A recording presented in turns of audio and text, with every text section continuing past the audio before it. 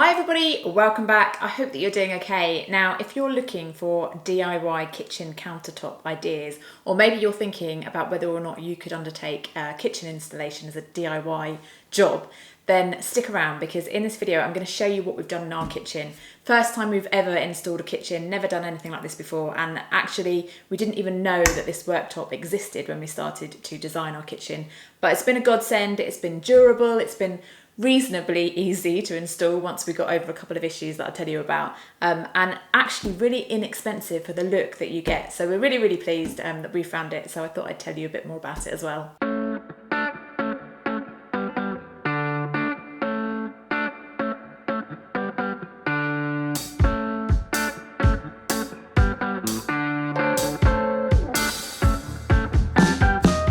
So first things first, what is this countertop, this worktop? Like with a lot of things, the technology for home worktops and lots of things that you're buying for your home is advancing so quickly, it's quite hard to keep up with what's even available. And this certainly wasn't on our radar when we started to design our kitchen. We just came across it by chance. But this is by a company called Zeneth, and it's described as a solid laminate. And I think there's a few variations of this kind of thing out there, but it's thinner than normal worktop. So that's the first thing that you would notice about it.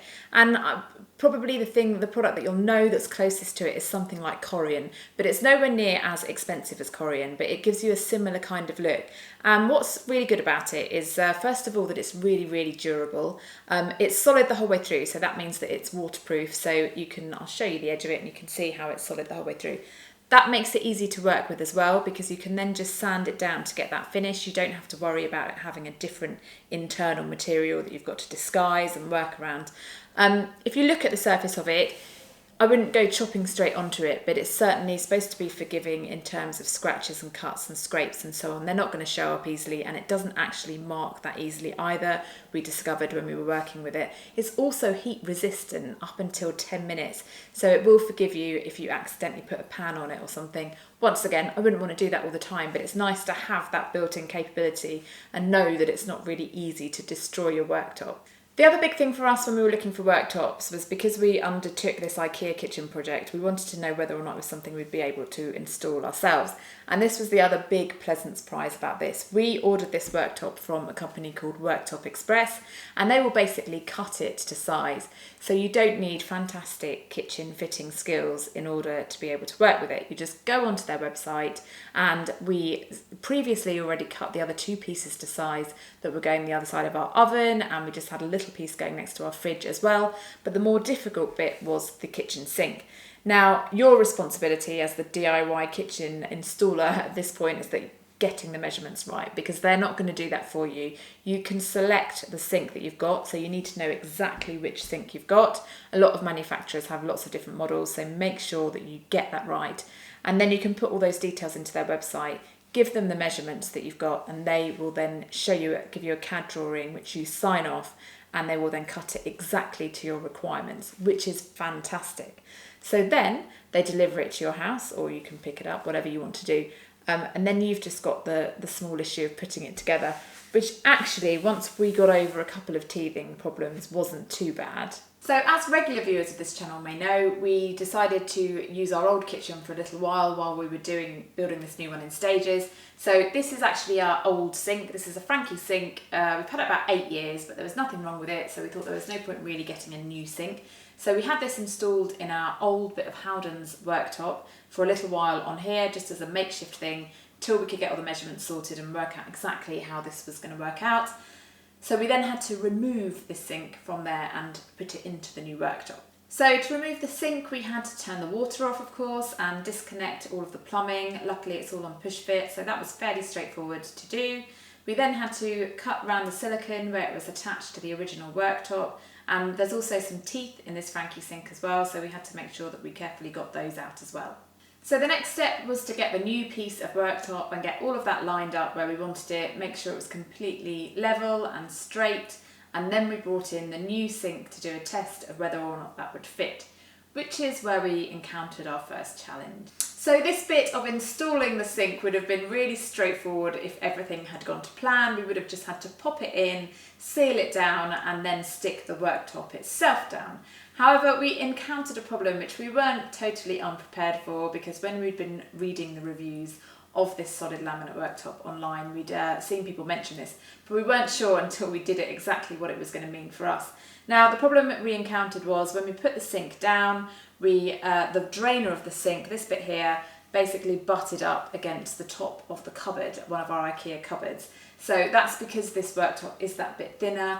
Things then sit that bit further down, and that was a bit of a challenge. So we ummed and ahed about it for a little while, but we decided the quickest, easiest way forward was to get the multi-tool out, and we just skimmed off the top of the cupboard. I make it sound so easy. It wasn't actually so easy at the time when Stephen was trying to hold up the whole weight of the worktop and the sink, and I was trying to do that at the same time.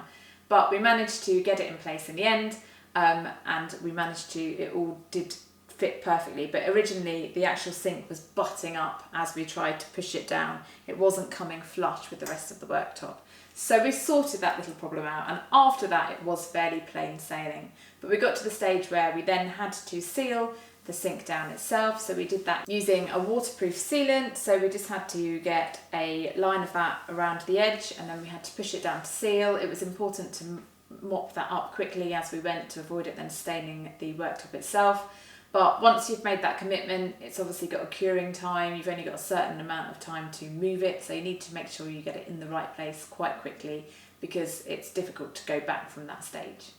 So the next thing to consider with the solid laminate worktop is how you're actually going to fix it to the rest of your kitchen and to the top of your units. Now, because it's that bit thinner, you haven't got as much room to play with in terms of screwing it in, which is what you'd sometimes do otherwise.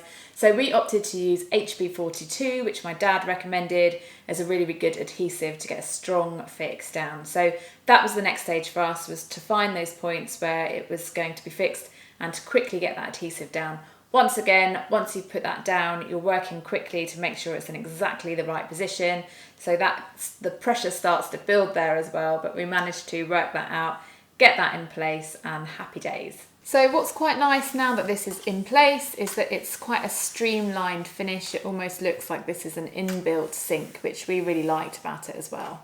So the long and short of it is that as non-experienced kitchen fitters, kitchen installers or worktop installers, we managed to do this completely successfully all by ourselves.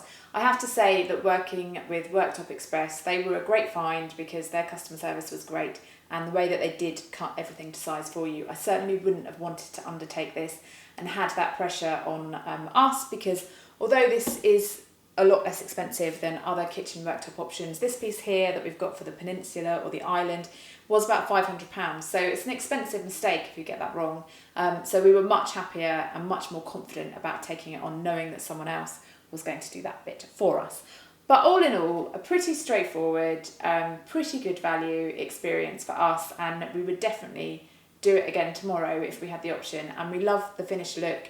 We didn't really expect to find something as nice as this actually, because we didn't want to splash out too much on the kitchen worktop. So it's all been a really great learning experience and a pleasant find and surprise.